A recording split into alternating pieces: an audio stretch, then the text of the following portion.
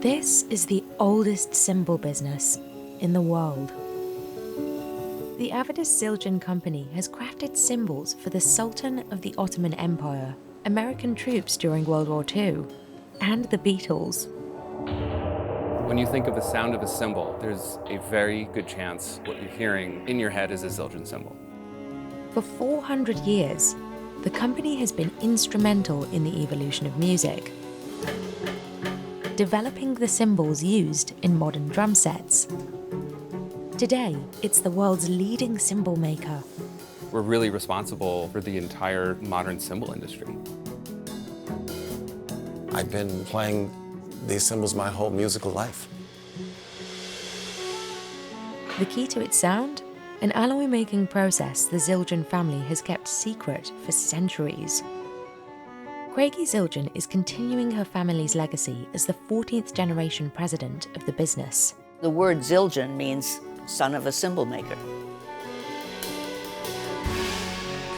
So how did Zildjian become one of the most influential instrument brands in the world? We travelled to Massachusetts to see how, after 4 centuries, this business is still standing. Behind these doors, craftsmen forge Zildjian's secret alloy from copper, tin, and silver. But not even the man who shapes the cymbals knows the recipe. I have no idea how they do it. I just know it's the best metal in the world for cymbal making. 1,000 metal castings are made every day. And Alan Levitt sorts and weighs each of them. Even at this early stage, he can hear any issues with the metal. Wow, but listen for the ringtone. Yeah, you can hear it yourself when I hear it. They possess quite the ringtone. The ones that pass inspection go into the oven to be reheated. This loader can feed up to 240 castings every hour. We used to have those long rakes that you put the pies into the oven. That's really a strain on their back. After 30 minutes, the metal is about 900 degrees Fahrenheit and soft enough to be rolled. Once they've cooled, the castings go back into the oven for 30 to 40 minutes. This process of heating and rolling is repeated multiple times until the castings are as thin as a credit card. And it hasn't changed much since at least the 19th century. Next, the cymbals head to the cupping machine, which will shape the bell. The bigger the bell, the more the instrument will project, and the longer it will ring.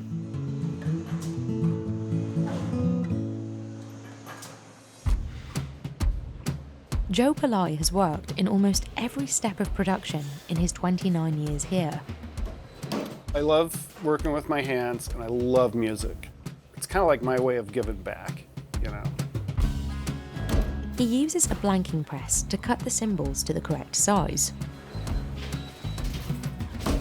All of the extra metal goes into our scrap printer and it all gets recycled.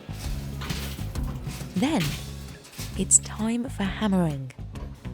The first step that really begins to change the sound. It more or less controls the shape and it regulates the sound waves going through.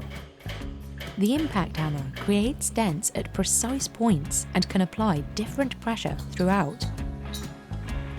The rotary hammer creates a circular pattern with consistent pressure. Both machines affect the pitch and tone. The cymbal gets its signature umbrella shape in the forming press. The deeper the curve, the higher the pitch. Then it's time for Joe's favourite moment: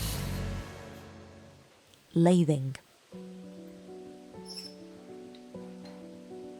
Lathing's where the magic really happens, I think. Different type of lathing, different type of sound. The shaper scrapes off layers of metal as the cymbal spins.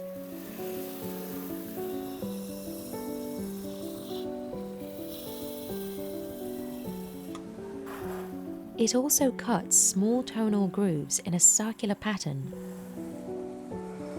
Deeper and sharper grooves create more sustain, affecting how long the cymbal will ring out.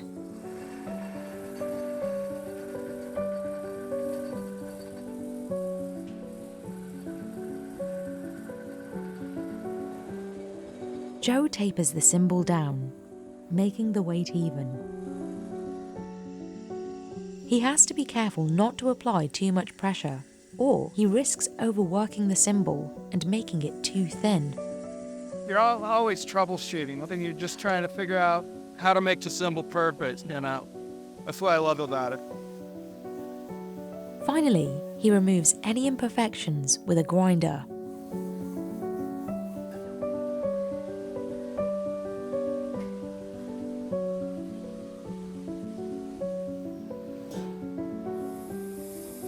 Then, this machine smooths out the edges.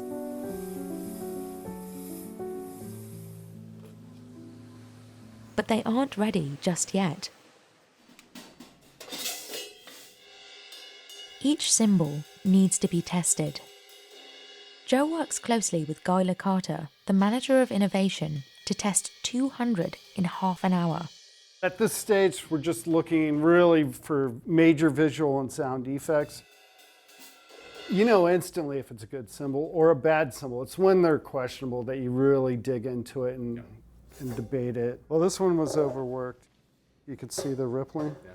With an acceptable ranges between here and here. So this is the standard. Those are almost identical. So this is considered conforming. This would pass.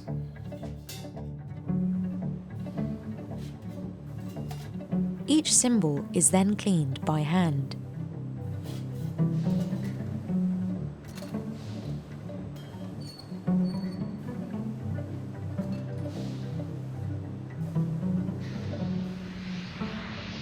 And finally, coated with a polyurethane solution. Mostly to protect against fingerprinting.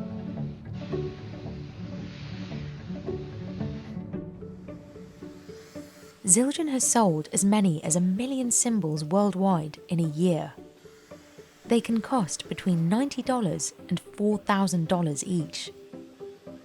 But even with its global success, Zildjian still operates as a family-owned business. You can go inside. This room holds some of the earliest Zildjian cymbals made in America. We call this the family vault.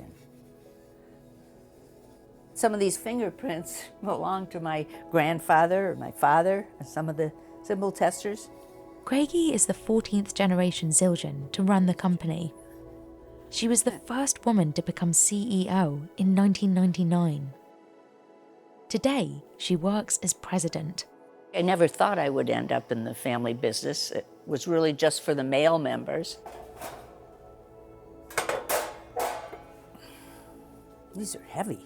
A select few cymbals were gifted to some of the world's most famous drummers. So we gave one of these to Ringo, and we had to do something so it could adapt to his hardware. But this is very old looking. The family's story begins way back in 1618 in the Ottoman Empire, in what is now Istanbul. The company's founder, Avedis I, was an Armenian smith who worked for the Sultan, making cymbals for the military band. While trying to make gold, he discovered a bronze alloy that made the instrument stronger but thinner, with a clearer sound.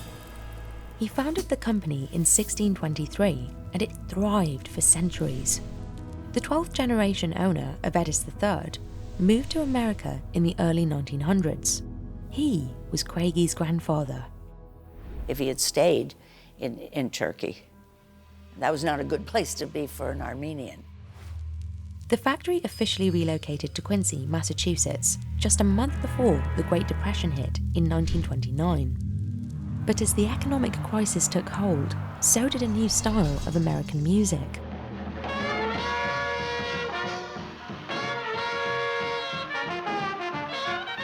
It was the beginning of the jazz era, which was here. Zildjian created cymbals for jazz legends like Gene Krupa, Chick Webb, and Joe Jones.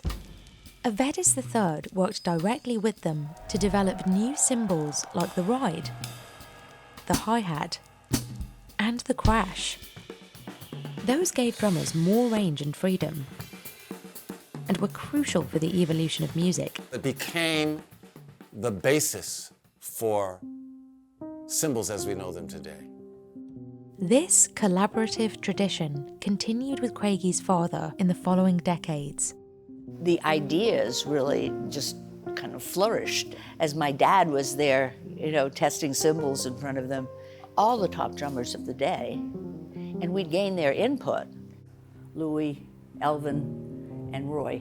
Here's my dad. This was my dad's drum kit. I've left this as it was when he was here, when this was his office. In the 1940s, the company provided cymbals for American and British troops during World War II. But it was the Beatles' first US performance that made Zildjian a household name. In February 1964, Ringo Starr used the company's cymbals during the band's appearance on The Ed Sullivan Show. The Beatles, bring them on!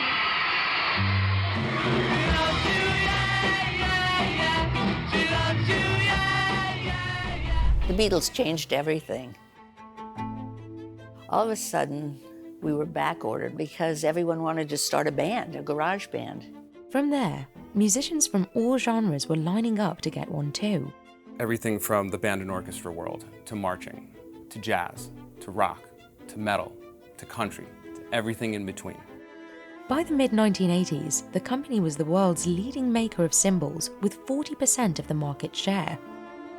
Today, it's made cymbals for drummers like Questlove, Travis Barker, and Anderson .Paak.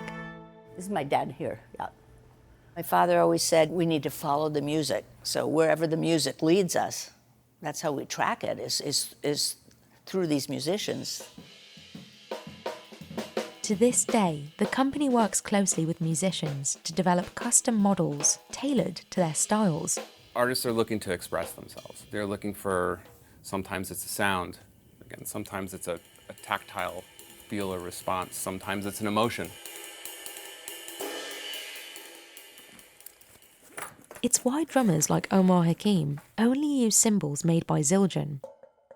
If I have identified a need for some instruments that I don't have in my arsenal at that moment, 11 times out of 10, they've got the solution. This is one of my favorite cymbals. It's called the K-Custom Hybrid Trash Smash. He got his first set of Zildjians when he was just 8 and has exclusively used the company's cymbals for nearly 5 decades.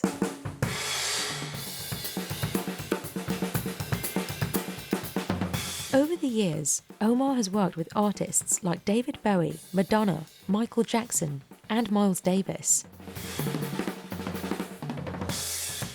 It's important to have a set of cymbals that resonates with the music that you're trying to create, speaks to you as a musician. When you blend the metal and the skins and the wood, and you create this tonal palette to kind of cover a full spectrum of sound. Omar says, although other cymbal companies have popped up, Zildjian still sets the standard.